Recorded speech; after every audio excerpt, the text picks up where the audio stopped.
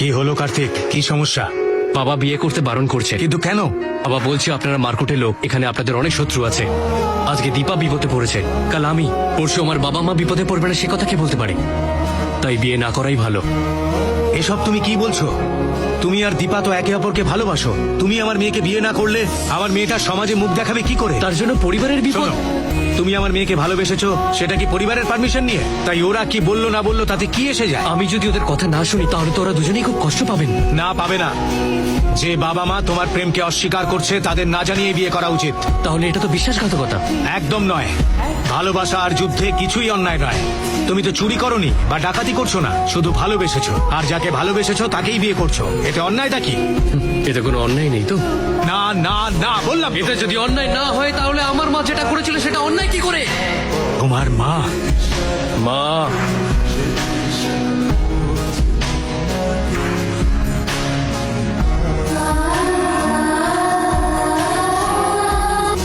এ তোমার মা? বাবা মাকে না জানিয়ে বিয়ে করব। আপনি বলেছেন বাবা মা না বুঝলে তাদের না জানিয়ে করা উচিত। তাহলে সেটা আমার মায়ের বেলায় কেন মেনে নিলেন না?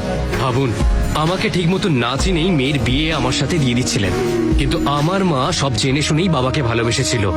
তাহলে আমার মায়ের ক্ষেত্রে কোন ভুলটা হয়েছিল? আপনার মেয়েকে বিয়ে করার আগে আমি একটা শর্ত দিয়েছিলাম, সেটা রাখতে গিয়ে আপনি এতদিনের ভেদাভেদ ভুলে গিয়ে মাকে ডেকে পাঠিয়েছিলেন, তাই তো? জানেন কেন ডেকেছিলেন? কারণ আপনি আপনার মেয়েকে খুব ভালোবাসেন। মেয়েকে ভালোবেসে যেটা করলেন সেটা যদি আমার মায়ের জন্য করতেন তাহলে সবাই এখন আমরা একসাথে থাকতাম। আপনার একটা ভুলের জন্য আপনার ভাই আর আপনাদের স্ত্রীরা ভুগছে। মেয়ে এখানে আপনার বিশ্বাস ভাঙতে আসেনি, আপনাকে ভুল প্রমাণ করতেও আসেনি, কিন্তু ছোট থেকে খুব কষ্ট পেতে দেখেছি আমি মাকে। নিজেকে দোষী ভেবেছে। তাই আমি ঠিক করেছি দীপাকে বিয়ে করে আমরা আবার সবাই একসাথে থাকবো, শুধু আমার মায়ের খুশির জন্য। এই পৃথিবীতে যারা আমার মায়ের মতন অনাথ, আপনারাই হলেন তাদের শক্তি।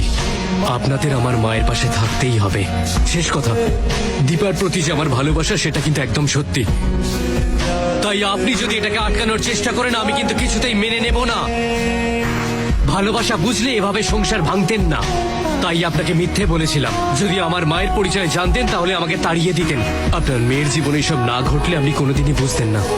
আপনাকে এগুলো বোঝানোর জন্যই এতগুলো নাটক করেছি, যাতে ভুলটা আপনারা নিজেরাই বুঝতে পারেন, আপনার অহংকার যাতে ভাঙে আর নিজের ভুলের জন্য অনুতাপ হয়।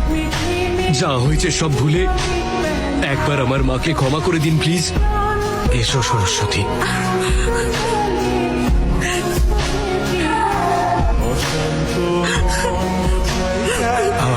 আমাকে ক্ষমা করে দাও।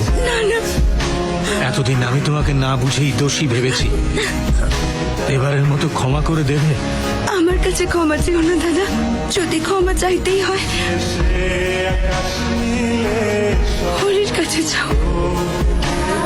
যদি ও না থাকতো তাহলে হয়তো আমি মরেই যেতাম দাদা। পুরনো কথা থাক না। আমাকে সত্যিটা বলতেই হবে আজ। আমার সত্যিটা বলতে দাও। যখন তুমি আমার বিয়েটা ঠিক করেছিলে হরির সাথে, তখন কার্তিক আমার পেটে ছিল। আমি কি করে বলতাম তোমার? তাই জন্য আমি হরিকে বলেছিলাম। আমার কথাতেই ও বিয়ে ভেঙে দিয়েছিল। তারপর নিজে হাতে বিয়ে দিয়ে আমার সম্মান বাঁচিয়েছিল। ও শুধু আমার জন্য এতদিন অবধি তোমায় কিচ্ছু বলেনি, সব অপমান সহ্য করেছে।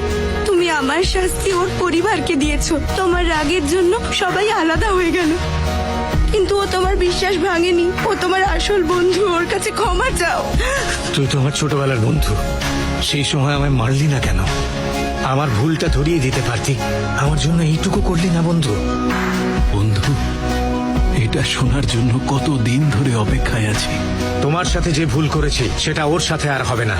ওর যদি ছেলেকে পছন্দ হয় তাহলেই বিয়ে হবে, তাই তো কার্তিক? হ্যাঁ, একদম ঠিক। কিরে মা, তোর এই ছেলে পছন্দ তো? আমি অন্য একটা ছেলেকে ভালোবাসি। গল্পে তো দেখছি আবার নতুন। তুই চুপ কর। কে সেই ছেলে? আমাকে বল। বাবা, সে এই ছেলেটা।